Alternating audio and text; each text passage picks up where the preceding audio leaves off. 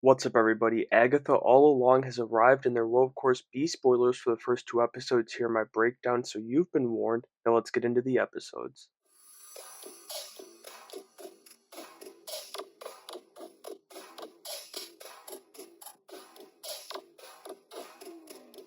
Alright, episode 1 opened up with the Detective Agnes on the way to a crime scene, or at least she thinks it is, humming the Witch's Road song. Now, about a year passes in the MCU between WandaVision and Multiverse of Madness, and we now know that Agatha stayed under Wanda's spell for around 3 years after WandaVision. So, right here at the start, she is still under that spell, but it's weakening as Wanda did seemingly die about 2 years ago now. She finds something like a ring or a medallion that is from late 17th century North America, maybe New England, and it's made from cowrie shell. It also features a triple goddess, which is Maiden, Mother, Crone. It really does seem like Wanda might have died at Mount Wundagore, and the corpse is only the beginning with that, but we do still have to remember that this is all while Agatha is under the spell, so you can't really separate truth or fact from fiction.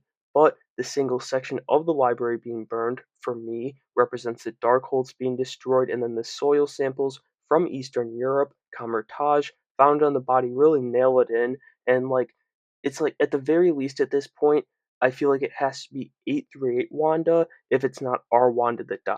Then Rio shows up offering Detective Agnes her freedom, but she hasn't quite broken through still, so the spell, all she has is a blank hatred for Rio. The Parks and Rec girls were great together immediately, and it continued throughout the episode as Rio and Agatha will keep me watching week after week. I also loved Aubrey Plaza's delivery of the line Te Veo to Agatha as she leaves the office, which is I see you, and it's just such a great line from Aubrey. A little bit later, Chief Jones comes in to check on her when she's working late and basically forces her to go home. Now, hear me out here.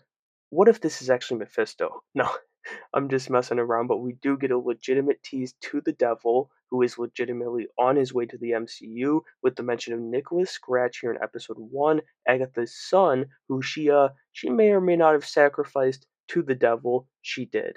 After that, we meet Wiccan, or Teen as they insist on calling him so far, and he breaks into Agatha's house because he knows who she is, and she chases him down afterward, which, not a huge fan of this chasing, but also not a huge deal either. It was nowhere near like as bad as like the Leia stuff in Obi-Wan. The interrogation that follows, though, that is far worse and incredibly cringy, as both actors just kind of seem to struggle to find a way to play this scene. But then we get to the goods as Agatha goes to check and make sure she actually saw a dead body and is met at the morgue by Rio. Agatha claws her way out of the Scarlet Witch's spell and through the WandaVision decades, all her different outfits and appearances. And while she was fine in the first half of this episode here, Catherine Hahn just snaps to another level with Agatha's emergence. She breaks free in the nude and returns to Westview, where she finds out she's kind of been going crazy, playing detective the past couple of days, and the murder didn't really happen.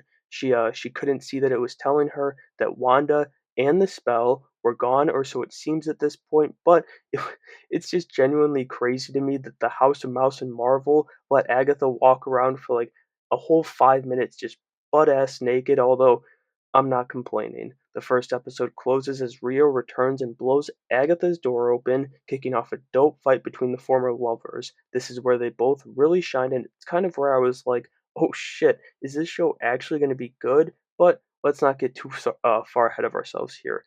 Then, before she leaves and the episode ends, Rio lets Agatha know that she's not the only one after her, name dropping the Salem 7.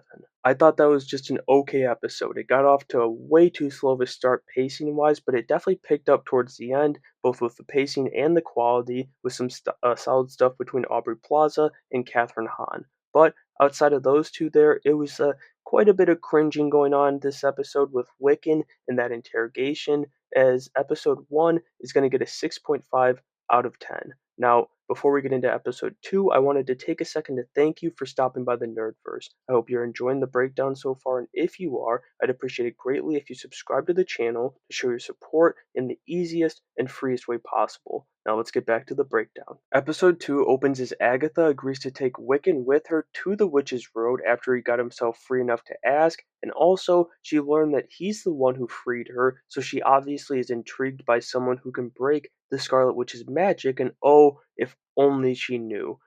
Also got a quick indirect Hulkling tease as Wiccan's boyfriend calls, but he declines and it's not addressed again. From there, the pair goes to assemble Agatha's new coven, and the first stop is Lilia Calderu, divination. The mention of the Witch's Road gets Calderu's attention, but it doesn't quite convince her until she writes her own name on the list of witches that she gives to Agatha. Next up is Jennifer Kale, alchemy. Before they get to her, though, we see our first member of the Salem Seven. I believe it was the first at least, and it was the Crow. Jennifer takes a shot at Agatha once we meet her, and how she sacrificed her own son, Nicholas Scratch. And later, we also saw the Rat from the Salem Seven in the Westview Mall. That mall is the final stop, and it's for Alice Wu Gulliver, Blood Witch. They get her fired from her job immediately, but that doesn't really work all that much in their favor, as or at least immediately it doesn't, as she still walks away only to join the coven later.